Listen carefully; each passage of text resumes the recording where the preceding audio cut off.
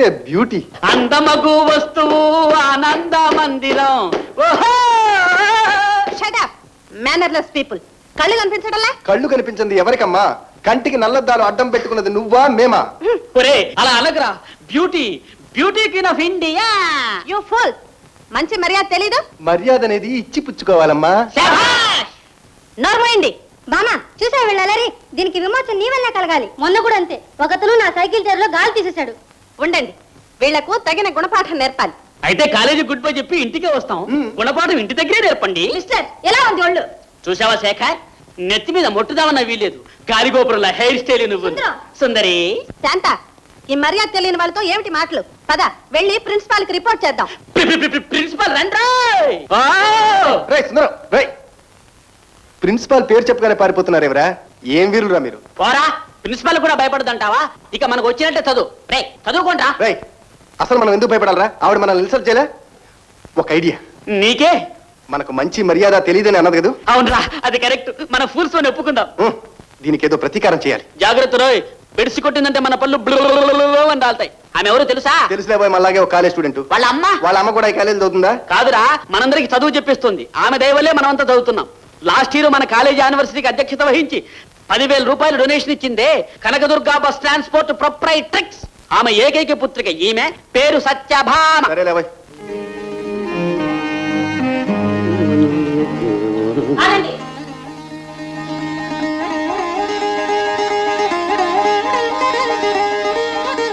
ఇటు తిరగండి.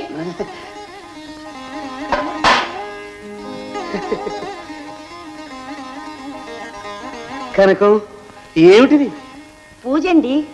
ఈవేళ శుక్రవారం. నేనన్నా నా మాటన్నా గడ్డి పూసకని తీసి పారేస్తావే, పైగా ఈ పాద పూజ కూడా ఎందుకు? చేశారుగా నిర్వాకం. ఆ బస్ కంపెనీ కాస్త మూలపడేశారు. నేను పెత్తనం చేతబట్టిన తర్వాతనే 3 పువ్వులు 6 కాయలుగా నడుస్తోంది. అది నీ ప్రతాపం కాదు, ఆ కనకదుర్గమ్మ చలవ. అయితే నాదేం లేదన్నమాట. లేదు, నేను అనలేదు. ఇంటికి ఇల్లాలివి, కంపెనీకి యజమానురాలివి, భామకు తల్లివి, నాకు భార్యవి. కనకం, కంపెనీ విషయాలు నీకే విడిచిపెట్టేసిందిగా.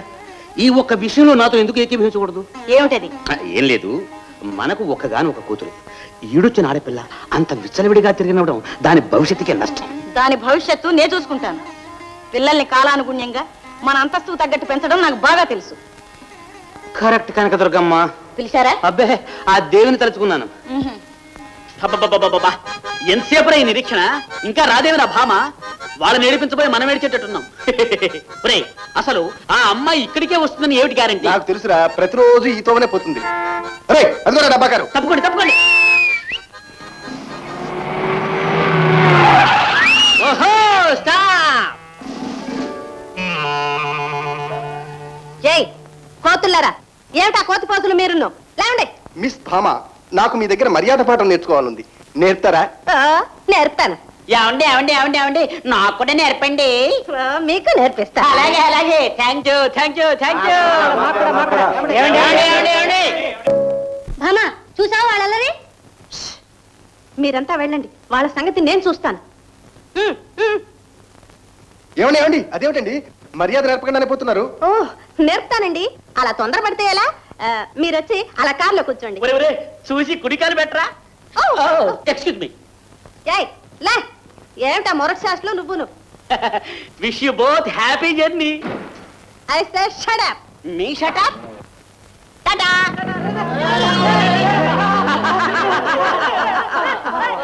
సత్యభామ సార్థక నామం. చూసారా, మనం వదిలిపెట్టిపోయాడు. ఒరే, వాడేం చేస్తాడ్రా? వాడు కారులో కూర్చున్నాడు, ఆమె కారు తోలుతుంది, కారుతో పాటు వాడు పోయాడు. వాటికని హీడు. లవ్ లవ్ భేష్. ట్యూన్ చాలా అద్భుతంగా ఉంది. Thank you. ఏమండి, ఆ వానర సైన్యానికంతా నాయకులు మీరే కదా? అవును. భామ, నా మీద కోపమా? కోపమా? మీ మీదనా? ఎన్నటికీ లేదు. మీకింత సైనిక బలం ఉందని తెలిస్తే మీతో అలా అమర్యాదగా మాట్లాడతానా? భామ, బ్యూటిఫుల్ భామ, నాకు మర్యాద పాఠం నేర్పుతానన్నారు. శేఖర్, ఓ హ్యాండ్సమ్ శేఖర్, నేర్పుతాను. ఎప్పుడు? ఇప్పుడే. అయినా మీరు అలా వెనక్కి కూర్చుంటే ఎలా నేర్పుతాను చెప్పండి. ముందుగా రండి. మెల్లగా పడేరు, ముందుకు పడేరు, కళ్ళు రాలుతాయి. అదేమిటండి చేతులు అలా వణుకుతున్నాయి? ఏమీ లేదండి, ఏమీ లేదు. ఇది నాకు ఫస్ట్ ఎక్స్పీరియన్స్, ప్రథమానుభవం. అంటే ఇంతకు ముందు మీరు ఎప్పుడు కారు ఎక్కలేదన్నమాట. అది కాదండి, ఇది ఇది ఇది ఇది అంటే ఇదంటే ఇదంటే ఇది ఫస్ట్ ఎక్స్పీరియన్స్ అన్నారు. చాలా కొంటెవారిలా ఉన్నారే. మిస్టర్ శేఖర్, మిమ్మల్ని ఇక్కడికి ఎందుకు తీసుకొచ్చానో తెలుసా? నాకు మర్యాద నేర్పడానికి. భామ, మాటలతో ఎందుకు ఈ కాలయాపన? నేను ఇంకొక క్షణం కూడా ఆగలేను. అయ్యో, అంత తొందరపడతారేమిటండి, కొంచెం ఆగండి. అరే, కారు ఆగిపోయిందే. ఏ బహుశా రేడియేటర్ హీట్ అయి ఉంటుంది. కాస్త నీళ్ళు తీసుకొస్తారా? నీళ్ళ ఆ. ఎందులో తీసుకురావాలి? చూడండి, డిక్కీలో బకెట్ ఉంది. అదిగో అక్కడ నీళ్లున్నాయి. వెళ్ళి త్వరగా తీసుకురండి. ఓకే. దిగండి, తొందరగా దిగండి. కనిపించిందా? త్వరగా త్వరగా తిండి. 1 minute.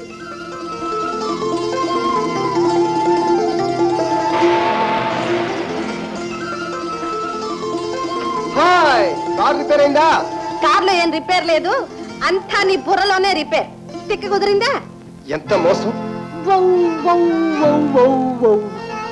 మిస్టర్ శేఖర్, ఇక్కడి నుంచి టౌన్ కి 15 మైళ్ళు. ట్రైను, టాక్సీ, ఆటో రిక్షా ఏమీ దొరకవు. బస్సు కూడా 2 రోజులకు ఒక్కసారి. ఇదే నేను నేర్పదలుచుకున్న మర్యాద పాఠం, తెలిసిందా? వస్తా.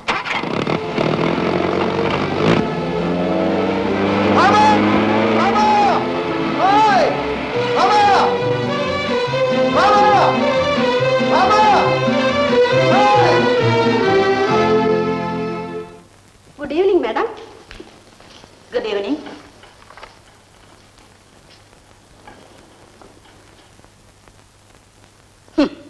ఈ ధర్మం ఖాతా ఒకటి, అర్థం లేని ఖాతా.